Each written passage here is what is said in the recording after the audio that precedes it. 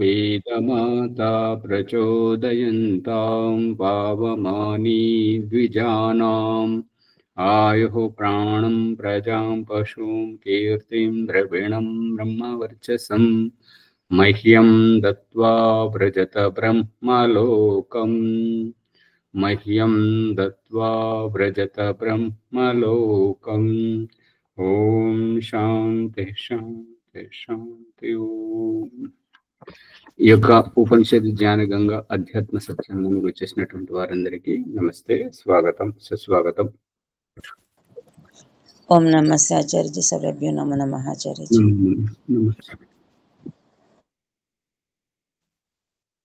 ఒకటి సాయంకాలీన 3వ ఆహుతి మౌనం ఎందుకు అనే విషయంలో తెలుసుకోవాలని అనుకున్నాం. నిన్న ప్రశ్నించలేదు, అలాగే ఉండిపోయేది. యజుర్వేదము, సత్యార్థ ప్రకాశము, సంస్కార విధి దగ్గర పెట్టుకున్నారా? ఉన్నాయా? ఉంటే చెప్పినప్పుడు చూస్తే బాగుంటుంది. ఎక్కడ రాశారు, ఏమున్నది అనేటువంటిది.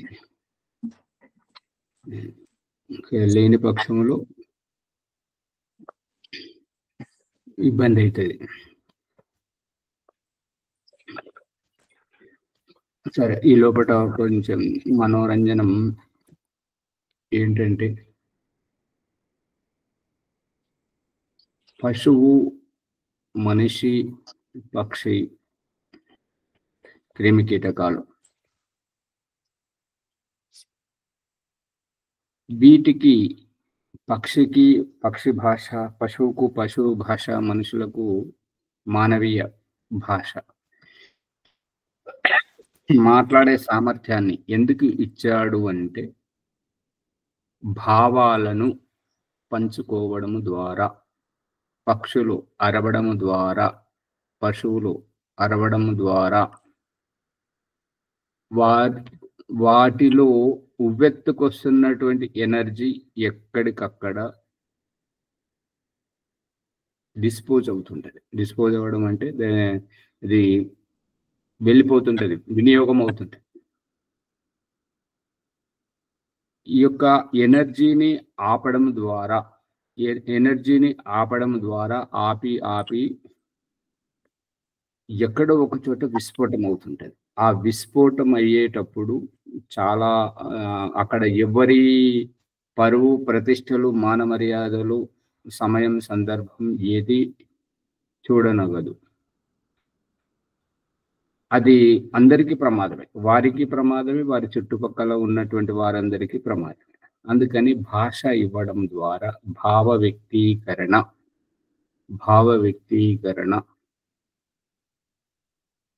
చెట్టు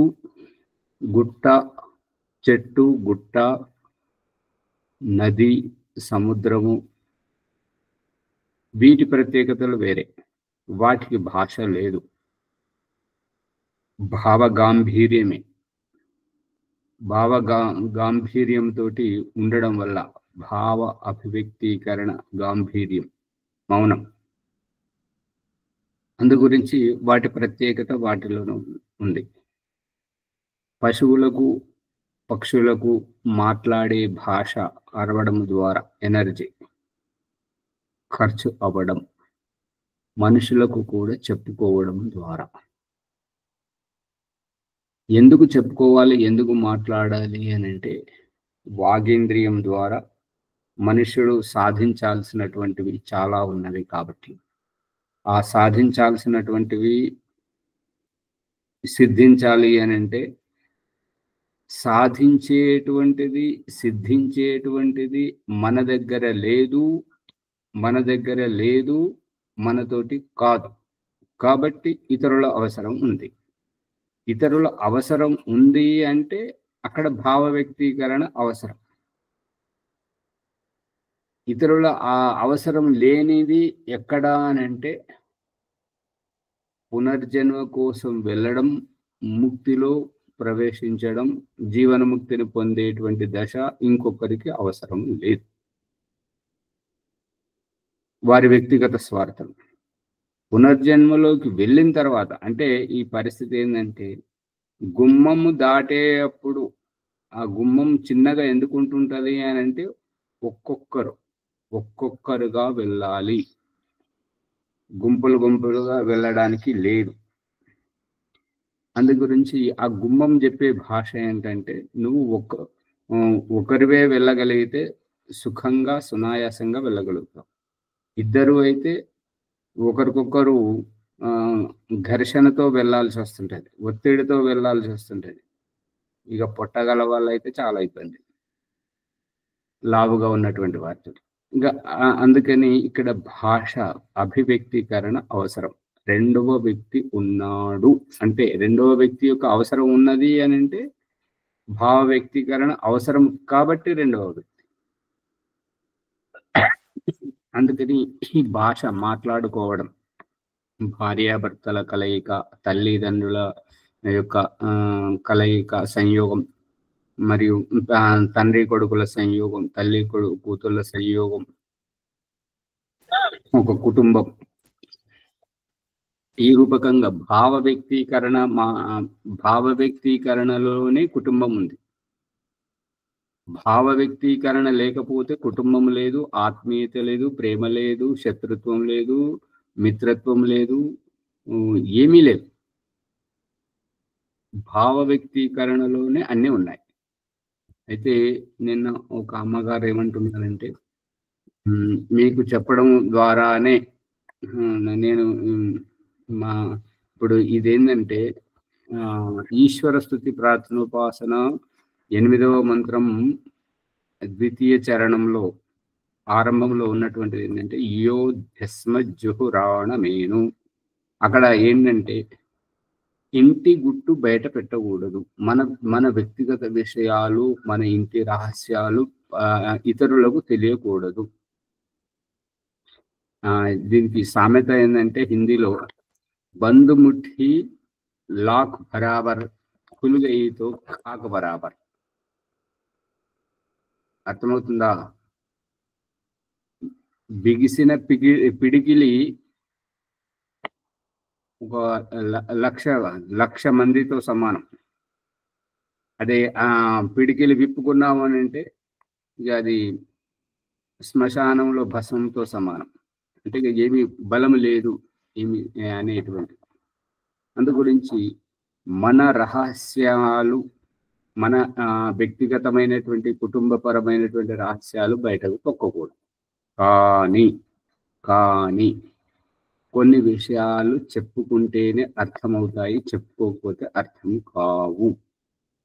కాబట్టి భగవంతుడు ఈ యొక్క తల్లిదండ్రుల ప్రేమ, గురు శిష్యుల ప్రేమ, మరియు సహోదరుల ప్రేమ, ఈ యొక్క బంధుత్వము, మిత్రత్వము, శత్రుత్వము అనేటువంటివన్నీ భావ వ్యక్తీకరణలోనే ఉన్నాయి. అంతేనా? ఇంకేమైనా ఉందా? అంటే ఇప్పుడు బాల్యంలో భగవంతుడు చెప్పిస్తున్నటువంటి భాష శైశవావస్థలోనే, గర్భంలో ఉన్నప్పుడు గర్భంలోకి వచ్చే కంటే ముందేమో దురుసుతనం, స్వేచ్ఛ స్వాతంత్రంతో గడప దాటేటువంటి దుందుడుకుతనంతో అమ్మాయి తొంగి చూపులు బయటకు చూడడం, అబ్బాయి తొంగి చూపులతోటి బయటకు చూడడం, ఏదేనంటే గొడవ పడడం. అంటే యవ్వన దశ, పరిపూర్ణ యవ్వన దశ వచ్చింది కాబట్టి ఈ దూకుడుతనానికి, వ్యవహారానికి శారీరక భాషగా భగవంతుడు చూపిస్తున్నటువంటిది ఏంటంటే, పురుషునిలో రోమాలు రావడం, గడ్డము మిసాలు రావడం, స్త్రీలో రజస్వల అవడం, ఈ యొక్క శారీరక ధర్మాలతోటి వారిని పరిపక్వత పరిచయం ఇస్తుంది. ఉన్నప్పుడు ఏమవుతుంది అని అంటే, కుచ్ కుచ్ హోతా హై, క్యా హో రహా హై, కుచ్ కుచ్ హో రహా. ఆ కుచ్ కుచ్ ఏంటి ఏమైంది? పుష్పవతి ఆమె అయ్యేటప్పుడు ఆమెకు ఒకవేళ పొట్టశుద్ధి లేకపోతే రక్తం తక్కువగా ఉంటే నొప్పులతో కూడినటువంటిది బాధ కల్పిస్తుంటారు. అది ఇంకా శైశవావస్థలో ఉన్నప్పుడే పళ్ళు వచ్చేటప్పుడు చిగుళ్ళను చీల్చుకుంటూ పళ్ళు వచ్చేటప్పుడే ఏడవడం, నిరంతరంగా ఏడవడం, రాత్రింబవళ్ళు ఏడవడం, తాను పడుకోకపోవడం, తల్లిదండ్రులను పడుకోనివ్వకపోవడం, నిరంతరంగా ఏడవడం. ఈ రకంగా చెప్తున్నాడు. ఆకలైన దప్పికైనా చెప్పిస్తున్నాడు, మలమూత్ర విసర్జన వచ్చినా చెప్పిస్తున్నాడు. చెప్పాలి, నా దగ్గర ఈ ప్రాబ్లం ఉంది. నువ్వు తల్లికి చెప్పే భాష ఏంటంటే, నన్ను పురమాయిస్తావా, నాకు వ్యవస్థ చేస్తావా, లేదంటే ఈ మలమూత్రాలు ఇక్కడే వదిలేసి నేను పూసుకొని నీకు పుయ్యమంటావా? అర్థమవుతుందా? ఇది అందుకని చెప్పాలి. పుష్పవతి అయినప్పుడు ఏం చేయాలి? భగవంతుడు తల్లిదండ్రిని ముందుగా పుట్టించి వాళ్ళను కొద్దిగా నిలదొక్కున్న తర్వాత ఇక కొంతకాలానికి సంతానాన్ని వాళ్ళ గర్భం నుండి పుట్టిస్తున్నాడు. అంటే వాళ్ళు నిలదొక్కున్నటువంటి అనుభవాన్ని పిల్లలకు చెప్పాలి. పిల్లలకు చెప్పినప్పుడు ఆ యొక్క భాష అనేటువంటిది, పుష్పవతిలో ఎటువంటి జాగ్రత్త తీసుకోవాలి, ఎటువంటి ఏ రకంగా ఉండాలి, బాధ్యతాపరంగా ఎలా ఉండాలి అనేటువంటిది తల్లి నేర్పిస్తుంటది. అలా నేర్పించినటువంటి తరుణంలో ఏంటంటే, బయటకు పోతే ఇప్పుడైతే స్వచ్ఛ భారత్ పేరు మీద బహిరంగ మలమూత్ర విసర్జన నిషేధం ఉంది. కానీ ఈ పూర్వకాలంలో ఏం చేసేదంటే, మూత్రానికి వెళ్ళినా, మల విసర్జనకి వెళ్ళినా ఒక దగ్గర ఒక దగ్గర ఉండడం అది అశిష్టం వ్యవహారం. స్త్రీలు దూరంగా ఉండడం, పురుషులు దూరంగా ఉండడం అది కొద్దిగా శిష్టతగా అనిపిస్తుంటాయి. దూరమే ఎందుకు ఉండాలి అనేటువంటి ఇవన్నీ చెప్పుకుంటే, ఒకరు చెప్తేనే తెలుస్తుంటాయి. ఇవి అన్ని అమ్మాయిలకు తల్లి నేర్పించేటువంటి సంస్కారాలు ఇవన్నీ. వస్త్రధారణ వేసుకునేటప్పుడు మన అవయవాలు ఏవి బయటకు కనబడకుండా ఉండడం, జాగ్రత్తగా ఉండడం, ఇవి తల్లి దగ్గరుండి నేర్పించాల్సినటువంటి. మనిషి నేర్పిస్తేనే నేర్చుకుంటాడు. ఇక పశువులు వాటికి భోగయోనులు కాబట్టి అవన్నీ అనుభవపేతంగా అనుభవిస్తూనే ఉంటాయి. మనుషుడు అనుభవాన్ని తెలివితేటలతో జాగ్రత్త పడి ఆ పరిస్థితి నుంచి దాటేయచ్చు. తన తలరాతను తానే తిరగరాసుకోవచ్చు. తాను ఏ కులంలో పుట్టినా, ఏ జాతిలో పుట్టినా, ఎటువంటి దీన దరిద్ర స్థితిలో ఉన్న తెలివితేటలతోటి ఎంతైనా గొప్ప స్థాయికి ఎదగవచ్చును అనేటువంటిది. ఇప్పుడు మన ముందున్నటువంటి కేఆర్ నారాయణ్ గారు, ద్రౌపది ముర్ము గారు, వారు ఎవరు, ఎక్కడున్నారు? వారు పుట్టినటువంటి ఆ స్థాయి, వాళ్ళ అమ్మ నాన్న స్థితిని బట్టి చూస్తే వాళ్ళు ఎప్పుడైనా మన ప్రధానమంత్రి రాష్ట్రపతి అయ్యే స్థితిలో ఉన్నారా? కానీ తెలివితేటలతోటి వాళ్ళు ఎక్కడి నుంచో ఎక్కడికో చేరుకున్నారు. అంటే ఈ యొక్క ప్రతిభ అంటే తెలివితేటలతోటి మనం ఏమైనా కావచ్చు. ఎంతో ఉన్నత స్థానంలో ఉన్నటువంటి వారు వాళ్ళ స్థితిని సరిగా సవరించుకోక తల్లిదండ్రుల నిర్లక్ష్యం వల్ల పుట్టుకొచ్చినటువంటి సామెత ఏంటంటే, పండిత పుత్ర పరమశుంఠ.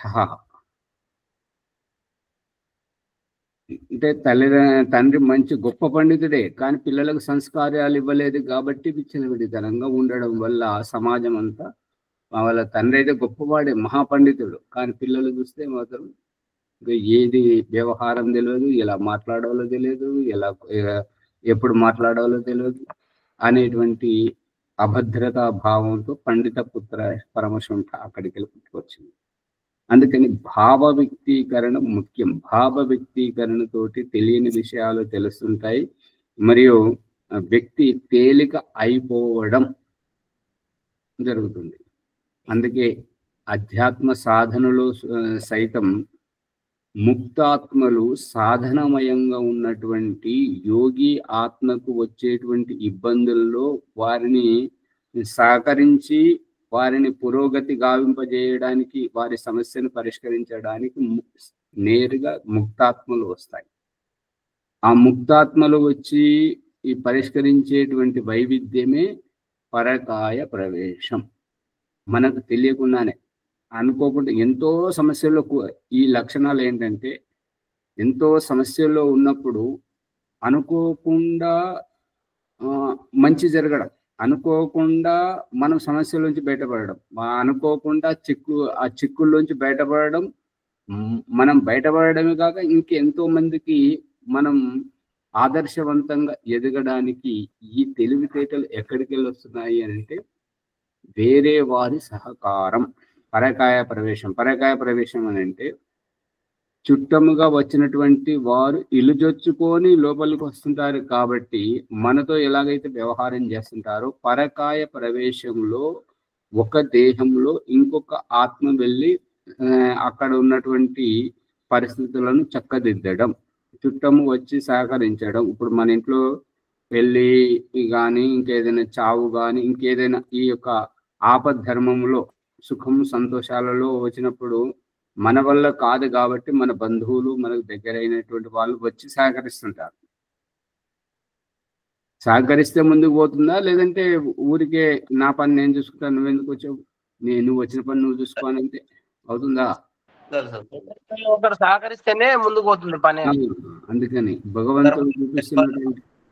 భగవంతుడు చూపిస్తున్న భాష చేతికి 5 వేళ్ళు, ఒక దానితో పోలిక లేదు. 5 రకాలుగా ఉంటున్నాయి. శరీరంలో ఉన్నటువంటి అవయవాలు, ఒక అవయవానికి ఇంకొక అవయవంతో పోలిక లేదు. ఎడమ కాలు కుడి కాలు, ఎడమదే కుడిదే, ఎడమ చెయ్యి కుడి చెయ్యి, ఎడమ కన్ను కుడి కన్ను, దేనికి దానికి పొంతన లేదు. అందుకని ప్రత్యేకత, ఈ భావ వ్యక్తీకరణ అనేటువంటిది అవసరం. అందుకే తల్లిదండ్రి గర్భమునే సంతానాన్ని పుట్టించడం గమనార్హం. అసమర్థ స్థితిలో సహకరించాలి, సమర్థ స్థితిలో వారికి వారి కాళ్ళ మీద నిలబెట్టడానికి ప్రయత్నించడమే తల్లిదండ్రుల యొక్క బాధ్యత. అర్థమవుతుందా అమ్మగారు, రజనీ అమ్మగారు? అందుకని కొన్ని సమస్యలు చెప్పకపోతే డాక్టర్ దగ్గర, ఈ ఈశ్వరుడికి ప్రార్థనోపాసన మంత్రంలో ఏంటంటే మన ఇంటి గుట్టు, మన వ్యక్తిగత రహస్యాలు ఇతరులకు తెలియకూడదు అనేటువంటిది సిద్ధాంతం. ఇంటి గుట్టు బయట పెట్టుకుంటే మనకు వ్యక్తిత్వ విలువ ఉండదు అనేటువంటిది. కానీ డాక్టర్ దగ్గరికి వెళ్ళినప్పుడు పరిస్థితిని చెప్పకపోతే సరి అయినటువంటి చికిత్స జరగదు. పోలీసులకు చెప్పకపోతే చెయ్యని నేరంలో ఇరుక్కోవాల్సి వస్తుంటుంది. కోర్టులో చెప్పకపోతే చేయని తప్పుకు శిక్ష అనుభవించాల్సి వస్తుంటుంది. అనేక సమస్యలు వస్తాయి. గురువుకు చెప్పకపోతే సరైనటువంటి దిశానిర్దేశం, ఆత్మిక ఉన్నతి, వ్యక్తిత్వ వికాసానికి సరైనటువంటి మార్గదర్శనము లభించదు. అర్థమవుతుంది అమ్మగారు? అందుకని ఈ భావ వ్యక్తీకరణలు అంటే అలాగని ప్రతిదీ చెప్పాలి, ప్రతి ఒక్కరికి చెప్పాలనేది కాదు. మన గురించి ఆలోచించే వారికి, మన హితము కోరే వారికి, మన వాళ్ళు అనేది ఎక్కడ తెలుస్తుంది అంటే ఎవరి సాన్నిధ్యంలో మనకు వ్యక్తిత్వ విలువలు పెరుగుతుంటాయో, మనం పూర్ణ స్వేచ్ఛ స్వాతంత్రంతో ఉంటాము, మనం ఆర్థికంగా నిలదొక్కుంటుంటాము, అన్ని కుటుంబ పరకంగా వ్యక్తిగత పరమైనటువంటి సమస్యలతో తేరుకుంటూ ఉంటుంటాము. మనకు వ్యక్తిత్వ విలువ మరియు బుద్ధి వికాసము మరియు సమస్యల నుంచి బయటపడేటువంటి విధంగా మనకు ఎవరైతే సహకరిస్తున్నారో వారితో మన భావాలు పంచుకోవాలి. ఇక ఎవరితో పంచుకోకూడదు, ఎవరితో దూరం ఉండాలి అని అంటే ఎవరైతే మన గుట్టు అంతా మన రహస్యాలన్నీ తెలుసుకొని మన వెనుక మన గోతులు తవ్వుతూ ఉంటుంటారు, మనకు కీడు తెచ్చి పెడుతుంటారు. ఎవరి స్నేహంతో ఎవరి బంధుత్వంతో మనకు తలవంపులు వస్తుంటాయో, ఆర్థికంగా దిగజారిపోతుంటాము, సమాజంలో నిందల పాలవుతుంటాము, మరియు చరిత్రహీనతకు వ్యసనాలకు బానిసలవుతుంటాము. అటువంటి వారి దగ్గర మన రహస్యాలు చెప్పకూడదు. మనకు ఉపయోగపడేటువంటి, అందుకే తల్లి, తండ్రి, గురువు వీళ్ళను మనకు అత్యంత సన్నిహితంగా చేర్చి మనకు కాపలాగా పెట్టి భగవంతుడు మనల్ని ఎదిగింపజేస్తున్నాడు. అది అంతవరకు. మిగతాదంతా స్పష్టం. కాబట్టి ఇప్పుడు మన ప్రకరణలోకి వెళ్దాం.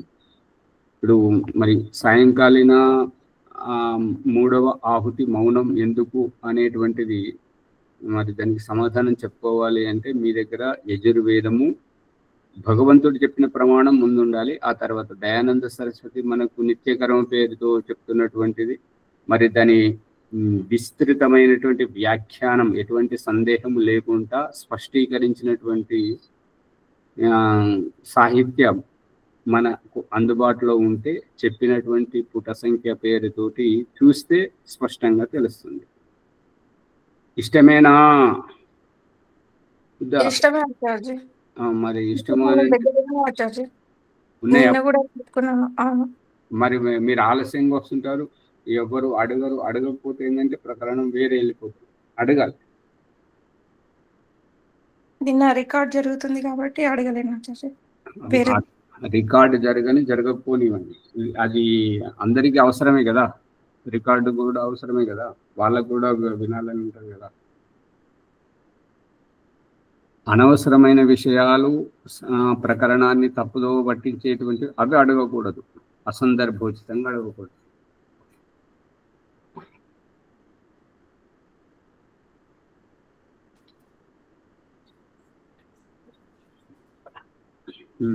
తీయండి. యజుర్వేదంలో భగవంతుడు చెప్పినటువంటిది ఎక్కడ అంటే, ఆచార్య సత్యార్థ ప్రకాశంలో ఉంది ఆచార్య. ఉన్నది. చెప్తాను ఒక్క నిమిషం. ముందు భగవంతుని దగ్గరికి వస్తే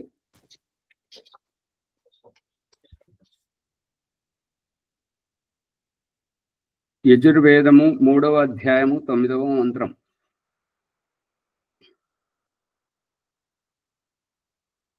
ఎవరెవరు తీస్తున్నారు? ప్రభాకర్ గారు ఊరికే కూర్చుండొద్దు. ఇంట్లో మనకు వేదం ఉండాలి, వేదం మంత్రాలు చదవాలి, మరియు ఇంట్లో కొన్ని శుభకార్యాలు చెయ్యాలి, నలుగురిని పిలవాలి, నలుగురు రావాలి. మన ఇంటి వ్యవహారం అంతా నవ్వుకుంటూ మాట్లాడుకుంటూ చర్చించుకుంటూ పోతుంటే తద్వారా ఇంటికి రావాల్సినటువంటి శుభం సంబంధాలు అన్నీ వస్తుంటాయి. నలుగురిని పిలిచి భోజనం పెట్టాలి, అన్ని శుభకార్యాలు చేయాలి. ఏది లేదనుకుంటే యజుర్వేద పారాయణం చేయండి, చిన్నదే కదా. మరి అట్లా చేస్తుంటే ఏమంటారు? వేద పుస్తకం లేదు నా దగ్గర. మళ్ళీ ఆ భాష మాట్లాడొద్దు, తెచ్చుకోవాలి. వాళ్ళకు ఇతర మతస్థులు చూడండి, వారికి చదువు రాదు, ఏం రాదు. నువ్వు చర్చికి బైబిల్ పట్టుకొని రావాలి, బైబిల్ పట్టుకొని పోవాలి. అవునా కదా? అవునవును. మరి అంతకంటే అధ్వానమా? సరే. పుస్తకం తీసినటువంటి వాళ్ళు యజుర్వేదం ఎవరి దగ్గర అయితే ఉంటుంటుందో ఈ 9వ మంత్రాన్ని చదవండి. 3వ అధ్యాయము 9వ మంత్రం. ఆచార్య సత్యార్థ ప్రకాశం ఉంది మా దగ్గర, నా దగ్గర. ఉండండి, అది వస్తుంది. ముందు ఇది చూసుకొని అక్కడికి వస్తుంది. సత్యార్థ ప్రకాశం 4వ సంలసం తీసి పెట్టుకోండి, అక్కడికి వస్తుంది. ముందు ఇది చూసిన తర్వాత చదవండి. 3వ అధ్యాయం 9వ మంత్రం. జ్యోతి సూర్య, సూర్యోజ్యోతి స్వాహ. అమ్మగారు ఆచార్య సరిగా చూడండి, అక్కడ ఏమున్నది, మీరేం చదువుతున్నారు? అగ్నిర్ జ్యోతిర్జ్యోతిరగ్ని స్వాహ. సూర్యో జ్యోతిర్జ్యోతి సూర్య స్వాహ అగ్నిర్వర్చో జ్యోతిర్వర్చ స్వాహ సూర్యో వర్చో జ్యోతిర్వర్చ స్వాహ జ్యోతి సూర్య సూర్యో జ్యోతి స్వాహ. ఉందా లేదా? ఉందా సార్జీ? పైనది చూడలేదా సార్జీ? మరి అది మరి ఇప్పుడు ఇందులో చూడాల్సింది ఏంటంటే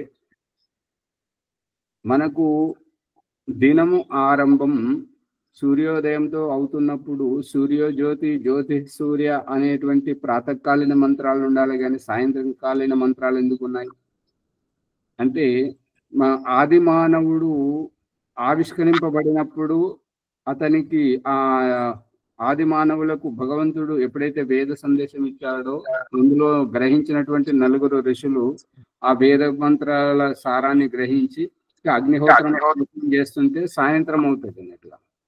సాయంత్రం అమ్మగారు సువర్చలమ్మ గారు మైక్ బంద్ చేయి, కుయ్యి కుయ్యి అంటున్నది కదా. ఈ యొక్క సాయంకాలం అవుతుంటది కాబట్టి మొట్టమొదట సాయంకాలం అగ్నిహోత్రం. ఇక మొట్టమొదట మనం ఇప్పుడు వర్తమానంలో కూడా ఇక ముందు కూడా వర్తమానంలో ఎవరైతే కొత్తగా ఆర్య సమాజం వైపు వస్తుంటారో ఇంట్లో పూజ చేస్తే ఎక్కువ శాతం సాయంకాలమే చేస్తారు.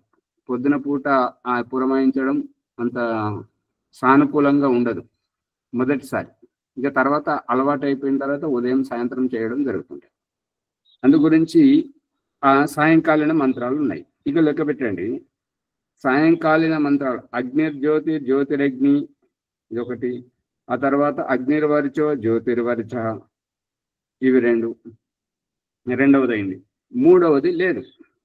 ఇక ప్రాతకాలీన మంత్రాల్లో సూర్యో జ్యోతి జ్యోతి సూర్య స్వాహ సూర్యో వర్చో జ్యోతిర్వర్చ స్వాహ జ్యోతి సూర్య సూర్యో జ్యోతి స్వాహ. ఇక కింద సజుర్దేవేన సవిత్ర అనేటువంటిది ప్రాతకాలం ఉన్నది, సాయంకాలం సజుర్దేవేన సవిత్ర సజు రాత్రేంద్రవత్య అనేటువంటిది రాత్రికాలీనం ఉన్నది. అయితే ఇక్కడ మన ప్రకరణంలో ఇప్పుడు మనం చెప్పుకుంటున్నటువంటిది ఏంటంటే అగ్నిర్జ్యోతి జ్యోతిరగ్ని అగ్నిర్వర్చో జ్యోతిర్వర్చ ఉంది. ఆ తర్వాత మూడవది లేదు. మూడవది లేదు అన్నదానికి దయానంద సరస్వతి సంస్కార విధిలో వ్యాఖ్యానం చేస్తున్నటువంటిది ఏంటంటే ఈ యొక్క మూడవ ఆహుతి మౌనం. ఆ మౌనం ఏంటి అనేటువంటి వ్యాఖ్యానం సత్యార ప్రకాశం చతుర్థ సముల్లాసంలో చూడండి.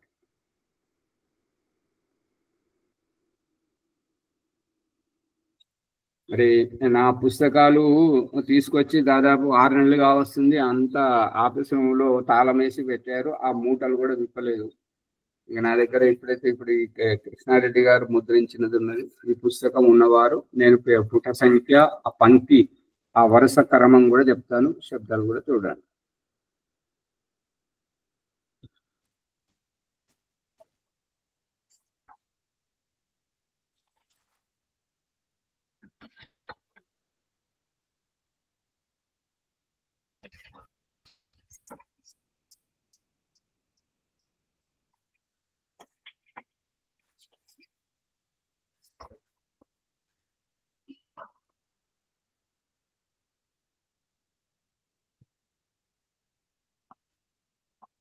చతుర్థ సముల్లాసములో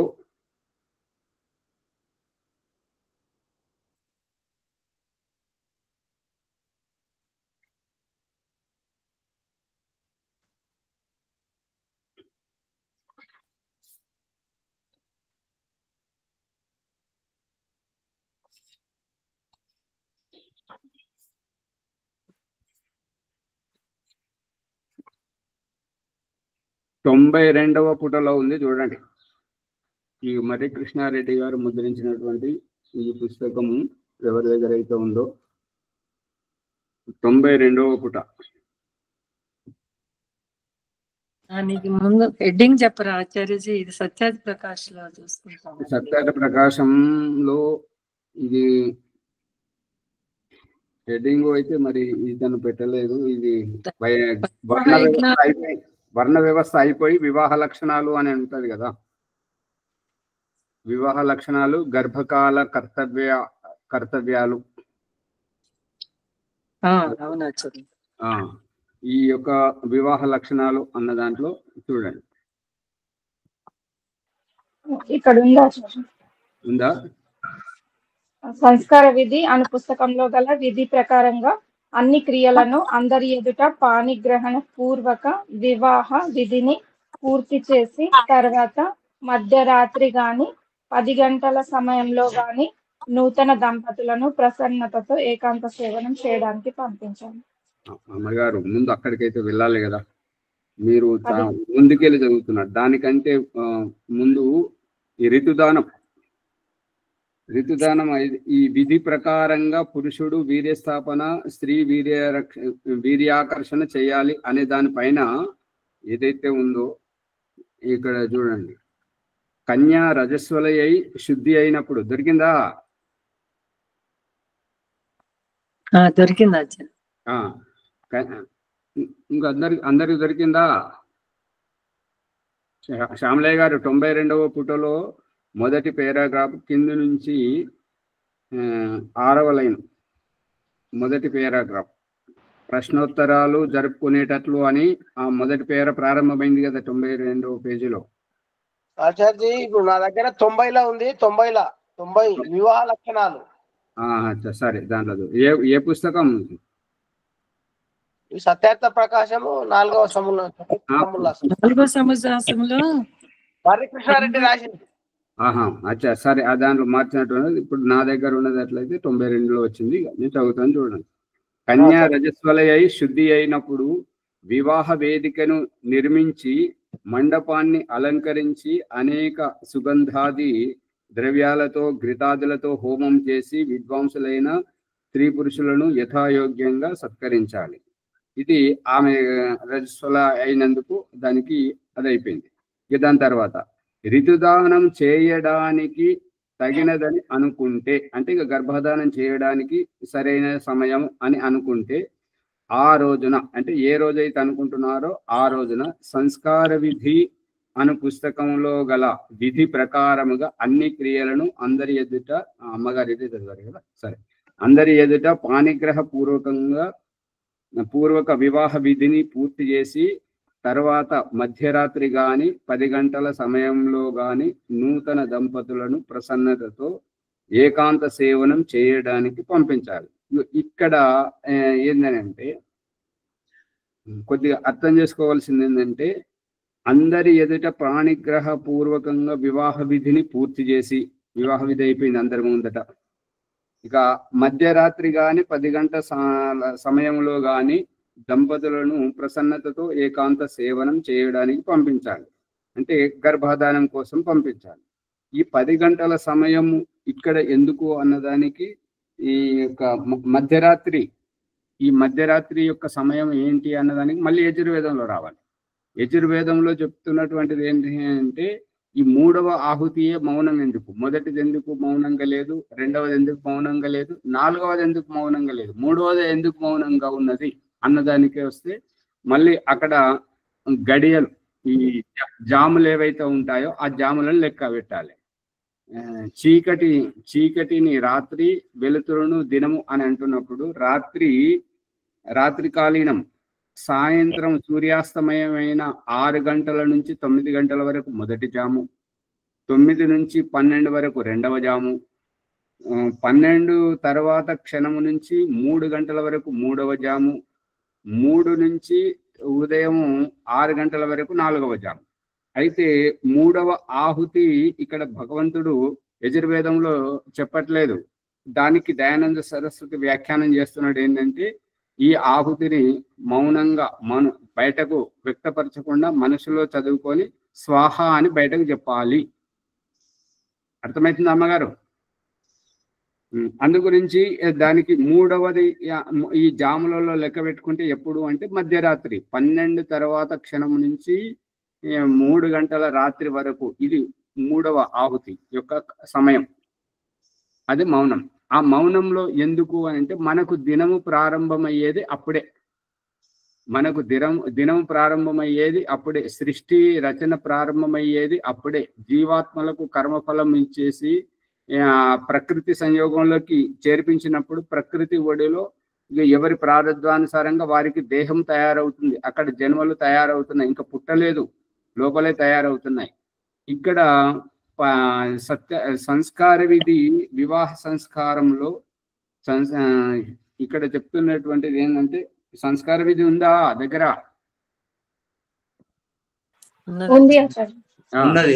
ఈ వివాహ సంస్కారం తీయండి. అంటే గోపిదేవ్ గారి దాంట్లో ఉన్నదో లేదో నాకు తెలియదు, ఎందుకంటే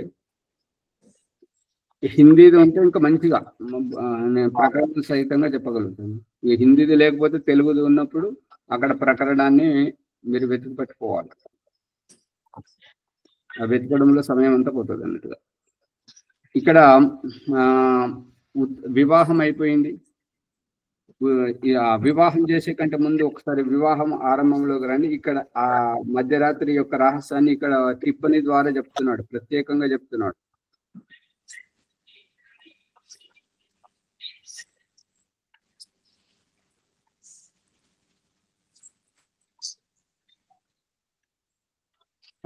ఎక్కడైతే ఈ యొక్క వివాహ విధి ఆరంభమిస్తున్నటువంటి తరుణంలో ఇంకా స్నానం కాలేదు, స్నానం అయ్యే కంటే ముందే విధి అని చెప్పి రాస్తున్నాడు హిందీలో. చూడండి, జబ్ కన్యా రజస్వల హోకర్ सामान्य प्रकरण में लिखे अनुसार हमारे गर्भाधान संस्कार में लिखे अनुसार शुद्ध हो जाए. ఎప్పుడైతే కన్యా రజస్వల అయ్యి ఈ గర్భాధాన సంస్కారంలో చెప్పిన దాని ప్రకారంగా ఆ రజస్వల నుండి శుద్ధి అయిన తర్వాత, జబ్ తబ్ జిస్ దిన్ గర్భాధానికి రాత్రి నిశ్చిత్ కీ హో, అంటే ఎప్పుడైతే ఇప్పుడు గర్భాధానం చేయడానికి సరైనటువంటి సమయం వచ్చిందని చెప్పేసి ఆ రాత్రిని ఈ రాత్రి చేయిద్దామని చెప్పేసి సమతిథి రాత్రి విషమతిథి రాత్రి. ప్రభాకర్ గారు మా అమ్మగారు మైకు పనిచేయండి, కుయ్యి అంటున్నది, రికార్డ్ అయ్యే వాళ్ళకు ఇబ్బంది కలుగుతుంది, వాళ్ళు యూట్యూబ్లో వినేవారికి. ఏ రాత్రి అయితే గర్భాధానం చేయాలని అనుకుంటున్నారో ఆ రాత్రిలో ఈ యొక్క వివాహ करने के लिए, उस रात्रि में विवाह करने के लिए प्रथम ही सब सामग्री जोड़ रखनी चाहिए. అంటే ఏ రాత్రి అయితే ఈ యొక్క గర్భాధానం చేయాలని నిశ్చయించుకున్నారో ఆ రాత్రి వివాహం, అంటే ఆ రాత్రి కంటే ముందు వివాహం చేయడానికి మొదటి నుంచి అంత సామగ్రి అంతా సమకూర్చి పెట్టుకోవాలి. ఇక రజస్వల సామాన్య ప్రకరణంలో యజ్ఞశాల ఎలా కట్టాలి, రిత్వికులు ఎవరు పెట్టుకోవాలి, యజ్ఞ పాత్రలు ఎలా ఉండాలి, సామగ్రి ఎలా తయారు చేయాలి, అదంతా శుద్ధి చేసి పెట్టుకున్న తర్వాత ఒక గంట మాత్రం एक घंटे मात्र రాత్రి జానే పర్, ఒక గంట రాత్రి. ఇదే రహస్యాన్ని ఉత్తరవేదిలో అక్కడ చెప్పాడు అనమాట. ఇక ఒక గంట అన్న దగ్గర టిప్పని ఇస్తున్నాడు చూడండి హిందీ పుస్తకం ఉన్నటువంటి వారు. यदि आधी रात तक विधि पूरा ना हो सके तो मध्यान्होत्तर आरंभ कर देवे, जिससे मध्य रात्रि तक विवाह विधि पूरा हो जावे. అర్థమవుతుంది అమ్మగారు? దొరకలేదా? వివాహం ఆరంభంలో సాధు భవాన్ అర్చయిష్యామో భవంతం ఓం అర్చయ ఓం విష్టరో విష్టరా ప్రతిగృహ్యతాం అనేటువంటి ప్రకరణానికంటే ముందు, వివాహం ఆరంభంలో ఎప్పుడైతే వరుడు వస్తుంటాడో ఆ ప్రకరణానికంటే ముందు ఇదంతా చెప్పిన తర్వాత మళ్ళీ స్నానం ఎట్లా చేయాలి, ఆ స్నానం చేసిన తర్వాత అమ్మాయి వస్త్రాలంకరణ చేసుకోవాలి, అబ్బాయి వస్త్రాలంకరణ చేసుకొని అమ్మాయి ఇంటికి వెళ్ళడానికి ఏర్పాటు చేసుకోవాలనేటువంటి దాని తర్వాత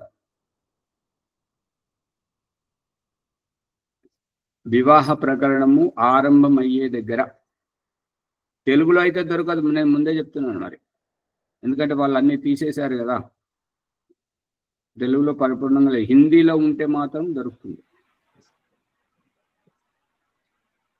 పేజీ సంఖ్య ఎంత ఉంది ఆచార్య హిందీలో? హిందీలో నా దగ్గర ఉన్న పుస్తకంలో 148. నా దగ్గర గోపిదేవ్ గారికి దొరికింది, దాంట్లో అది పుట్ట సంఖ్య చెప్పడానికి ప్రయత్నం చేస్తూ ఉంటే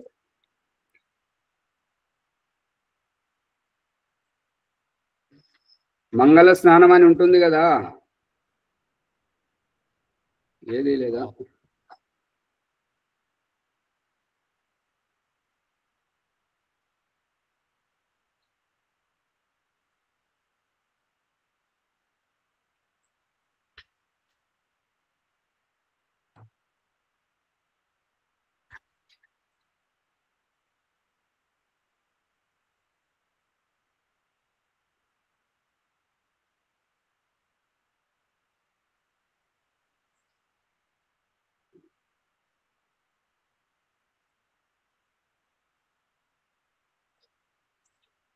దీంట్లో గోపిదేవ్ గారి పుస్తకంలో 111వ పుటలో ఉండాల్సింది, వారు మరి దీంట్లో తీసేశారు కాబట్టి అది ఈ విషయం లేదు, ఈ టిప్పని విషయం లేదు.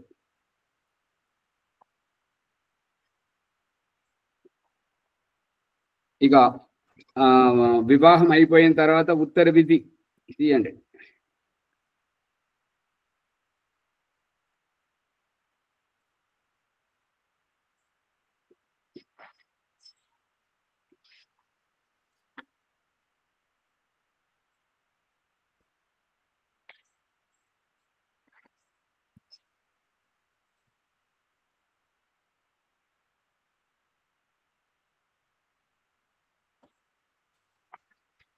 ఇక ఉత్తర విధి గోపిదేవ్ గారి పుస్తకంలో 146లో ఉంది, చూడండి. దొరికిందా అమ్మగారు ఉత్తర విధి? తెలుగులో దొరికిందా చదివి? హిందీలో దొరికింది? మా తెలుగులో అంటే గోపిదేవ్ గారి పుస్తకం ఉంది మీ దగ్గర? అవునా చదివి? మరి దాంట్లో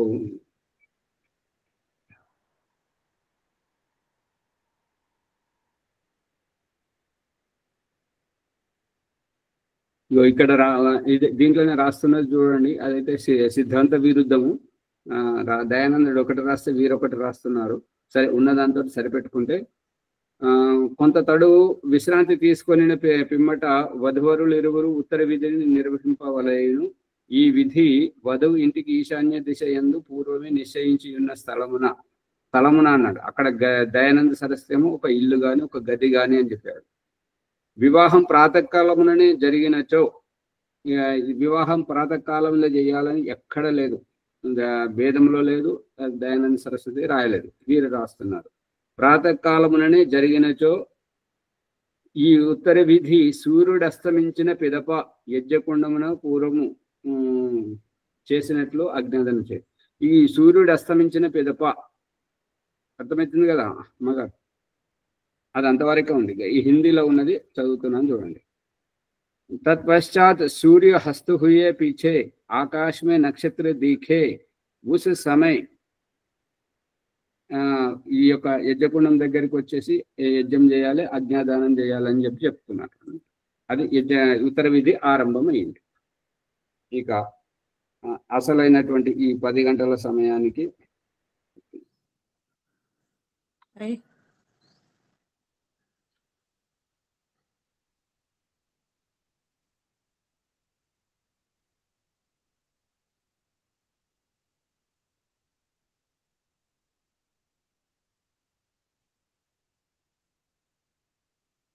ఇక్కడ వరుణి ప్రతియాత్ర కంటే ముందున్నది చూడండి అమ్మగారు, ఈ 152వ పుటలో ఉన్నది గోపదేవ్ గారి పుస్తకంలో.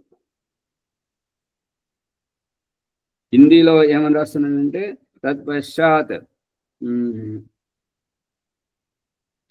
सद्धर्मी कार्यार्थ इकट्ठे हुए लोगों को सम्मानार्थ उत्तम भोजन कराना, तत्पश्चात यथायोग्य पुरुषों को पुरुष और स्त्रियों को स्त्री आदर सत्कार करके विदा करे. వాళ్ళంతా వెళ్ళిపోయిన తర్వాత తత్పశ్చాత్ దశ ఘటిక రాత్రి जाए అంటే 10 గంటల రాత్రి వెళ్ళిన తర్వాత तब वधु और वर पृथक पृथक स्थान में भूमि पर बिछौना करके 3 रात्रि पर्यंत ब्रह्मचर्य व्रत सहित रहकर शयन करे और ऐसा भोजन करे कि स्वप्न में भी वीर्यपात ना होवे.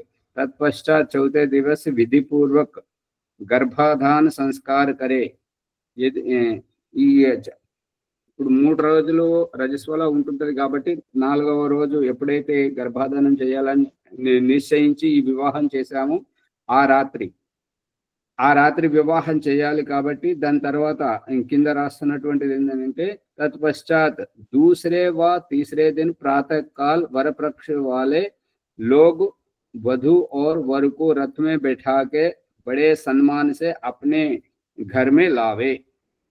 दूसरे दिन అంటే ఏ రోజైతే వివాహం ఆరంభించామో ఆ రోజు రాత్రి ఈ యొక్క వివాహము మరియు ఉత్తరవేది గర్భధానం అయిపోయింది కాబట్టి రెండవ రోజు ప్రాతకాలంలోనే తీసుకురావాలని ఇక్కడ దయానంద సరస్వతి రాశాడు।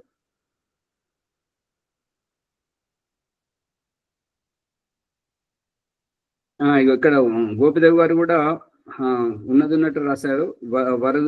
వరుని ప్రతియాత్ర అన్న దానిలో చూడండి, వివాహం జరిగిన పిమ్మట రెండవ రోజున గాని 3వ రోజున గాని వరపక్షం వారు వధువరులను బండిపై కూర్చుండబెట్టి ఆధారంతో వరునింటికి కొనిపోవాలని ఈ యొక్క రెండవ రోజు తీసుకోవాలని అంటున్నారు। అంటే ఏ రోజైతే వివాహం చేయాలో ఆ రోజు సాయంత్రం వివాహం అయింది, సూర్య దర్శనంతో వివాహ సంస్కారం పూర్తయిపోయింది, ఉత్తర విధి సూర్యుడు అస్తమించిన పిదప నక్షత్రాలు కనబడే ఆ సమయం నుంచి 10 గంటల వరకు ఉత్తర విధి అయిపోయింది।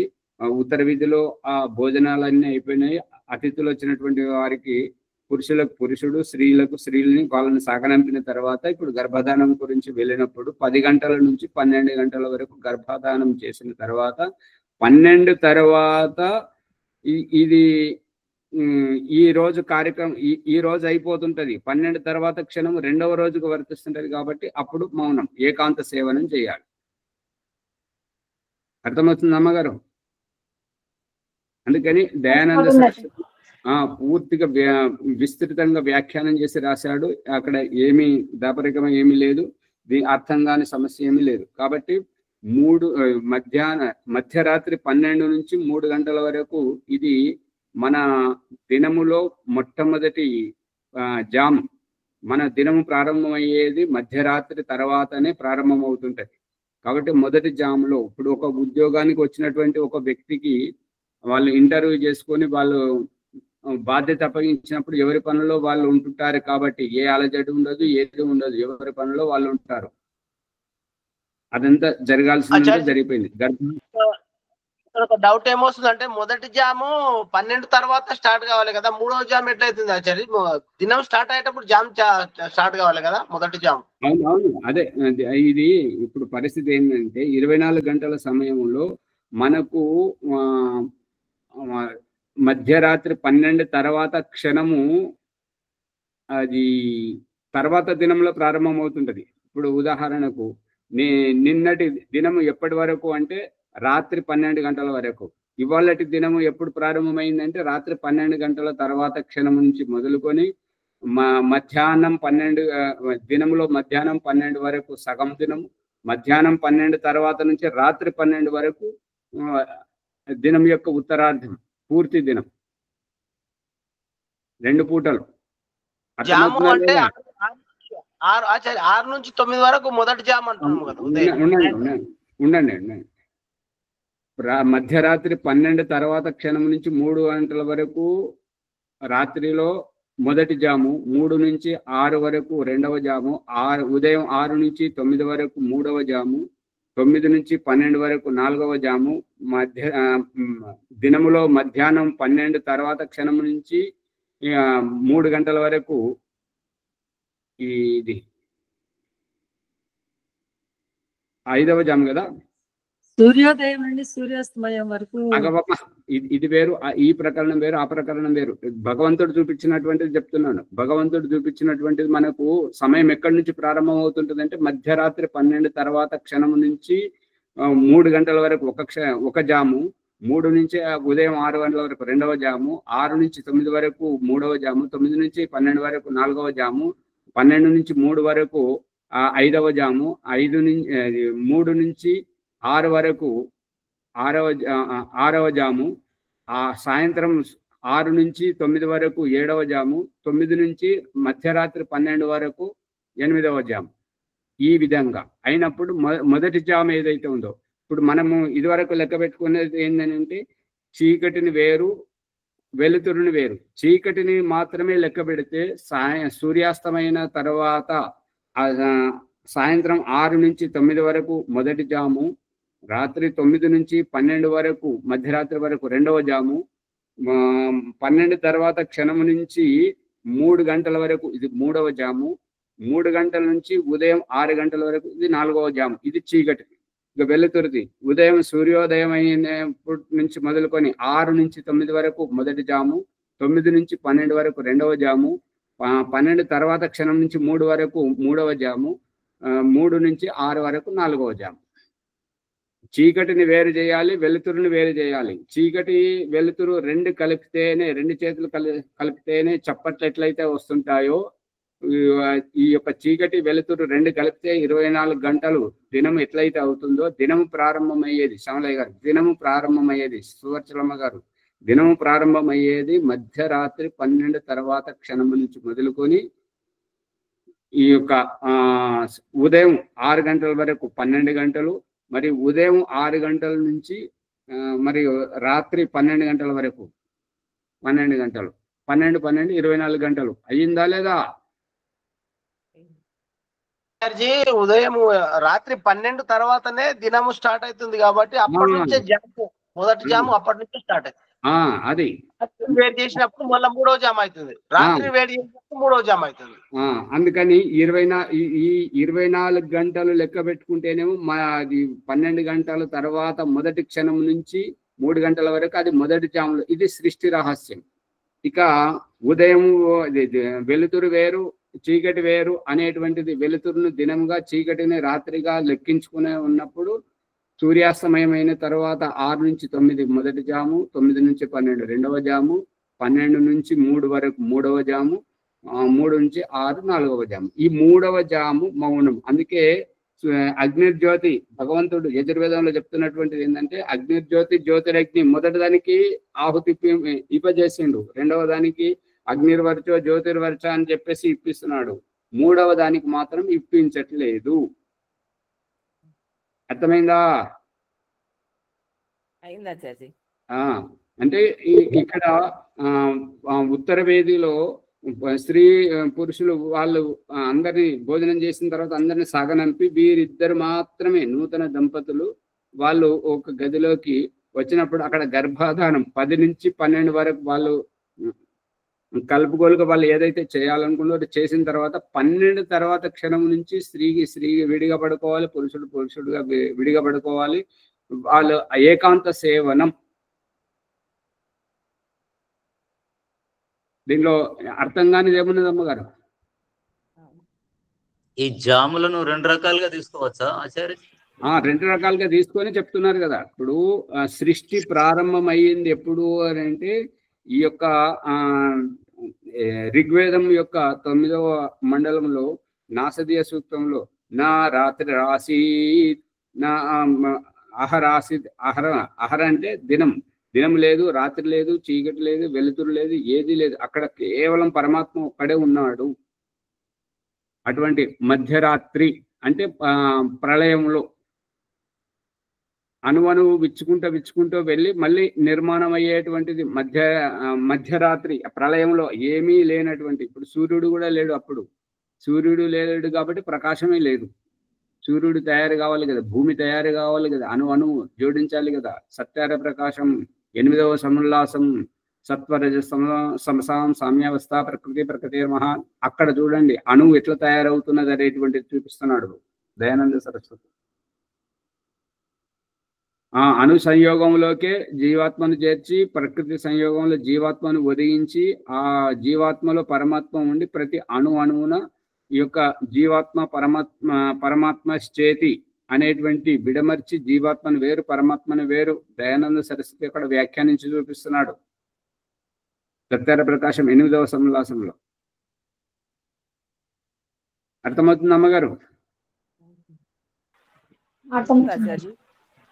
ఇంకేమైనా సందేహాలు ఉంటే అడగండి. ఈ ఆహుతి ఎందుకు మౌనము అని అంటే, ఇక అది గర్భాధానం అయిపోయింది, గర్భంలో పిండం ఎదుగుదల తల్లి శరీరంతో ముడిపడుతుంది, ఆ పేగుబంధాన్ని ఏర్పరచుకుంటున్నది.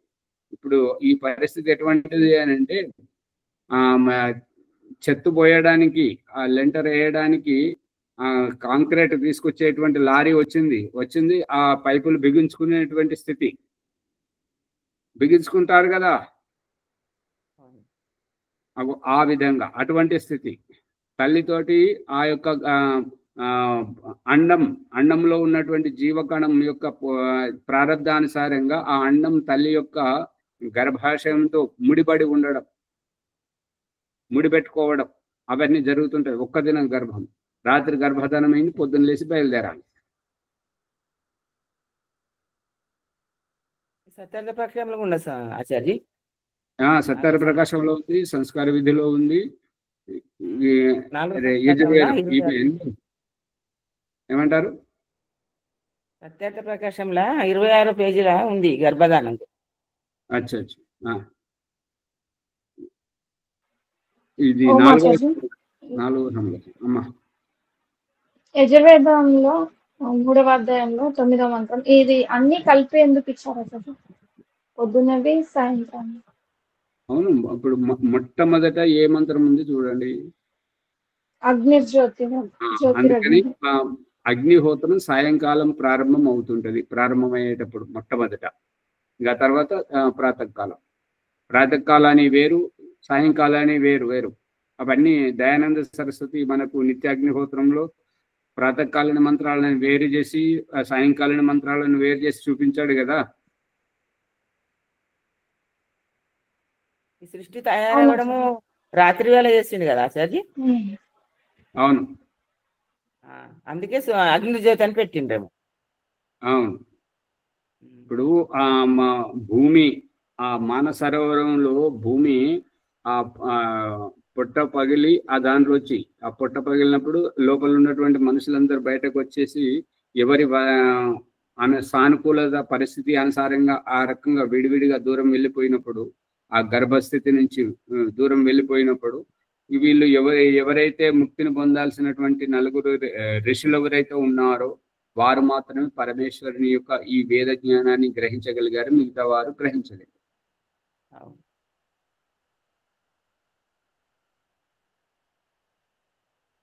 ఇంకా మళ్ళీ చూడండి, మళ్ళీ చూసి ఇంకా ప్రశ్నలు తీసుకురండి, ఏమేమి సందేహాలు ఉన్నాయో అవన్నీ వ్యక్తమవుతే ఇంకా బాగుంటుంది.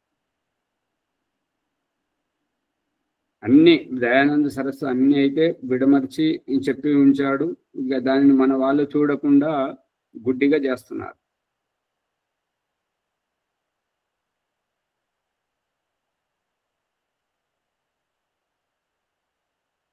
ఇప్పుడే కావాలని ఏమి లేదు, ఇంకా అర్థం మళ్ళీ పరిపూర్ణంగా చూడండి, చూసి అర్థం కాని విషయాన్ని ప్రశ్నల సందేహాల రూపంలో తీసుకురండి, సమాధానపరచడానికి ప్రయత్నం చేస్తాం.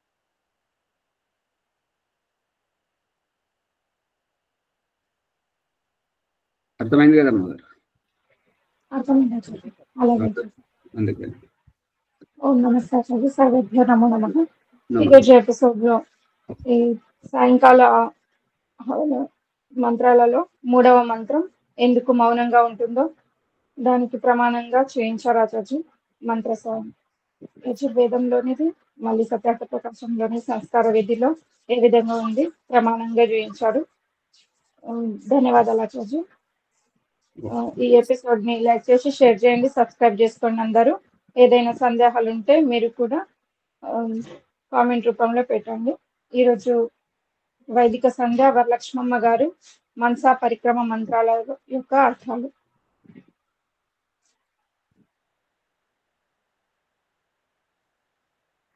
ఓం నమస్తే ఆచార్య. సర్వేభ్యో నమో నమః. వైదిక సంధ్య బ్రహ్మయజ్ఞం. ఓం అమృతోపస్తరణమసి స్వాహా.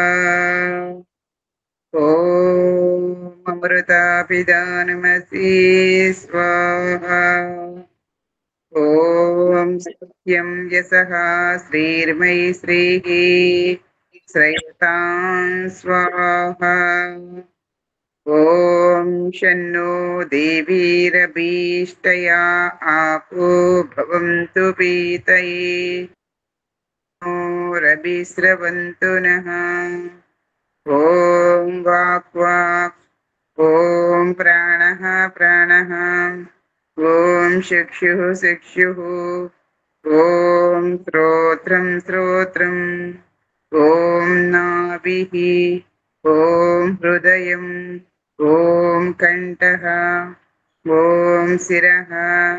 ఓం బాహుభ్యాం యశోబలం. ఓం కరతలకరపృష్ఠే. ఓం భూః పునాతు శిరసి. ఓం భువః పునాతు నేత్రయోః. ఓం స్వః పునాతు కంఠే. ఓం మహః పునాతు హృదయే. ఓం జనః పునాతు నాభ్యాం. ఓం తపః పునాతు పాదయోః. ఓం సత్యం పునాతు పునః శిరసి. ఓం కం బ్రహ్మ పునాతు సర్వత్ర. ఓం భూః. ఓం భువః. ఓం స్వః. ఓం మహః. ఓం జనః. ఓం ఓం సత్యం. ఓం ఋతం చ సత్యం సాపిద్ధ తపసోధ్యజాయత. తతో రాత్రియజాయత. తతో అర్ణవః. సముద్రాదర్ణవాదది సంవత్సరో అజాయత. అహోరాత్రాణి విదద్విశ్వస్య సూర్యాచంద్రమసౌ దాతా యథా పూర్వమకల్పయతు. దివిం చ పృథివీం చాంతరిక్షమదో స్వః. ఓం షన్నో దేవీరభీష్టయాపో భవంతు పీతయే. శయ్యోరభిస్రవంతు నః. ఓం ప్రాసీది గగ్నిరధిపతిరషితో రక్షితాదిచ్చాయిషవః. తేభ్యో నమోధిపతిభ్యో నమో రక్షితృభ్యో నమః శుభ్యో నమః. ఏభ్యో అస్తు. యోస్మాన్ ద్వేష్టియం వయం జిస్మస్తంభోచం వేదత్మః. తూర్పు దిక్కున ఆదిత్యుడు అధిపతి అయి సూర్యకిరణాల ద్వారా సమస్త జీవరాశులకి జీవనాధారం చేస్తున్నాడు ఆ పరమేశ్వరుడు. ఓం దక్షిణాదిగింద్రోధిపతి స్థిరచ్చీరాచీరక్షితాపితర్షవః. తేభ్యో నమోధిపతిభ్యో నమో రక్షితృభ్యో నమః ఋషిభ్యో నమః. ఏభ్యో అస్తు. యోస్మాన్ ద్వేష్టియం వయం జిస్మస్తంభోజం వేదత్మః. దక్షిణ దిక్కుకు అధిపతి ఆదిత్యుడు వంకర టింకరగా కుటిలముగా నడిసే ప్రాణుల నుండి రక్షణ చేస్తున్నాడు తల్లిదండ్రి వలె. ఓం ప్రదీచీదిక్వరుణోది అధిపతి ప్రదాకూరక్షితాన్నమిషవః. తేభ్యో నమోధిపతిభ్యో నమో రక్షితృభ్యో నమః శిభ్యో నమః. ఏభ్యో అస్తు. యోస్మాన్ ద్వేష్టియం వయం జిస్మస్తంభోజం వేదత్మః. స్వదా పుట్టుకొచ్చే ప్రాణుల ద్వారా ధనధాన్యముల్లో ఆ పురుగు పొట్టతో పాగుతూ ఉండే పురుగుల ద్వారా తల్లిదండ్రి వలె పరమాత్మ అన్నదాతగా రక్షిస్తున్నాడు. ఓదీచీరిక్ శోభోది అధిపతి స్వజో రక్షితాసిని ఋషవః. తేభ్యో నమోధిపతిభ్యో నమో రక్షితృభ్యో నమః ఋషిభ్యో నమః. ఏభ్యో అస్తు. యోస్మాన్ ద్వేష్టియం వయం జిస్మస్తంభోజం వేదత్మః. వర్షజ్వలం ద్వారా స్వయం పుట్టుకొచ్చే సూక్ష్మ క్రిముల ద్వారా గడ్డి మొలిపించి పరమాత్మ రక్షణ చేస్తున్నాడు. ఓ ధ్రువాదిగిష్ణురధిపతి కల్మాష గ్రీవో రక్షితా వీరుదైషవః. तेभ्यो नमोऽधिपतिभ्यो नमो रक्षितृभ्यो नमः ऋषिभ्यो नम येभ्योऽस्तु योऽस्मान् द्वेष्टियं वयं जिस्मस्तम्भोजं वेदद्मः ఉరుములు మెరుపులు వరుణుడు వర్షము ద్వారా ఉరుములు మెరుపుల ద్వారా వర్షం కురిపించి ఆ మెరుపులు వర్షము ఆ వృక్షాదులకు ఆహారమును ప్రసాదిస్తున్నాడు. అలాగే సూక్ష్మజీవులు ఆ ఉరుముల మెరుపుల వల్ల ఇవి కూడా మనకి రక్షణగా పరమేశ్వరుడు ప్రసాదిస్తున్నాడు. ఓం ఊర్ధ్వాది బృహస్పతి రధిపతిః స్విత్రో రక్ష్యతా వర్షమిషవః तेभ्यो नमोऽधिपतिभ्यो नमो रक्षितृभ्यो नम ऋषिभ्यो नम येभ्योऽस्तु योऽस्मान् द्वेष्टियं वयं जिस्मस्तम्भोजं वेदद्मः ॐ जातवेदसे सुनवाम सोममरातीयतो निदहाति वेदः सनः परिषदति दुर्गाणि विश्वा नावेव सिन्धुं दुरितात्यग्निः चित्रं देवानामुदगाधनीकं चक्षुर्मित्रस्य वर्णच्चाग्नेः आप्रद्यावा पृथिवी अन्तरिक्षं सूर्य आत्मा जगतः सुतश्युषच्च उदुत्यं जातवेदसं देवं वहन्ति केतवः दृशे विश्वाय चूर्यम् बुद्वयं तमसस्वरिष्वः पत्यन्तमुत्तरं देवं देवत्रा सूर्यमगन्मज्योतिरुत्तमम् तच्चक्षुर्देवहितं पुरस्तात् शुक्रमुच्चरतु पश्येम चिरदश्यतं जीवेम चिरदश्यतगं शृणुयाम चिरदश्यतं प्रभ्रवाम चिरदश्यतम् अदीना साम्य चिरदश्यतं भूह्यच्च चिरदश्यतात् ॐ शन्नो देवीरभीष्टयापो भवन्तु पीतये शंयोरभिस्रवन्तु नः ॐ भूर्भुवः स्वः तत्सवितुर्वरेण्यं भर्गो देवस्य धीमहि धियो यो नः प्रचोदयात्। हे रक्षका वो सच्चिदानंद अनंत स्वरूप नित्युडुवु बुद्धुडुवु मुक्त स्वभावुडुवु अजरुडु अमरुडु अभयुडु नित्युडु पवित्रुडु सृष्टिकर्तय्युन्न परमात्मा नीकु अनेक नमस्कारमुलु। हे जगदीश्वरा दयानिधे भवत्कृपया अनेन जपोपासनादि कर्मण धर्म अर्थ काम मोक्ष चतुर्विध पुरुषार्थमुलु ఈ జన్మలోనే వెంటనే మేము సిద్ధులు ప్రాప్తించుకుందుముగాక। ఓం నమః శంభవాయ చ మయో భవాయ చ నమః శంకరాయ చ మయస్కరాయ చ నమః శివాయ చ శివతరాయ చ। ఓం శన్నో దేవీరభీష్టయా ఆపో భవంతు పీతయే శంయోరభిస్రవంతు నః। ఆచార్య ఈ అవకాశం ఇచ్చినటువంటి ఆచార్య గారికి నమస్తే, ధన్యవాదాలు। సర్వేభ్యో నమో నమః। వరలక్ష్మమ్మ గారికి ధన్యవాదాలు। అత శాంతి పాఠ। వరలక్ష్మమ్మ గారు, మీ దగ్గర రూపాయి బిళ్ళ 10, 5 రూపాయల బిళ్ళ, 10 రూపాయల బిళ్ళ ఉన్నాయా? బంగారము వెండి ఉన్నాయా ఇంట్లో? వాటికి ఎప్పుడైనా పురుగులు పడతాయా? ఏం భాష మాట్లాడుతున్నారు? ఉన్నది కూడా చూసుకుంటూ చదవలేకపోతున్నారు। ధనంకు పొట్టతో బాకి పురుగులు పడుతున్నాయి అని చెప్తున్నారు। అది విన్న వాళ్ళకి మీరు మళ్ళీ వినండి, జాగ్రత్తగా వినండి, మీరు ఏం చదివారో మీకు తెలుస్తుంది। అమ్మ పుష్పమ్మ పరిచయం తప్పు చదువుతున్నారు వరలక్ష్మి గారు, ఒకసారి ఆచార్య పంపించింది చూడండి। పుష్పమ్మ గారు పాఠ। ఓం దేవ శాంతి అంతరిక్షం శాంతి పృథివీ శాంతి ఆపః శాంతి ఓషధయః శాంతి వనస్పతయః శాంతి విశ్వే దేవాః శాంతి బ్రహ్మ శాంతి సర్వం శాంతి శాంతిరేవ శాంతి సామా శాంతిరేధి ఓం శాంతి శాంతి శాంతి.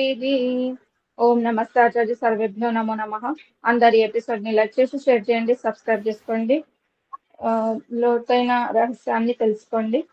3వ మంత్రం ఎందుకు మౌనంగా ఆహుతిస్తారో మీరు కూడా కామెంట్ రూపంలో పెట్టండి, ఏదైనా సందేహాలు ఉంటే. ధన్యవాదాలు ఆచార్య.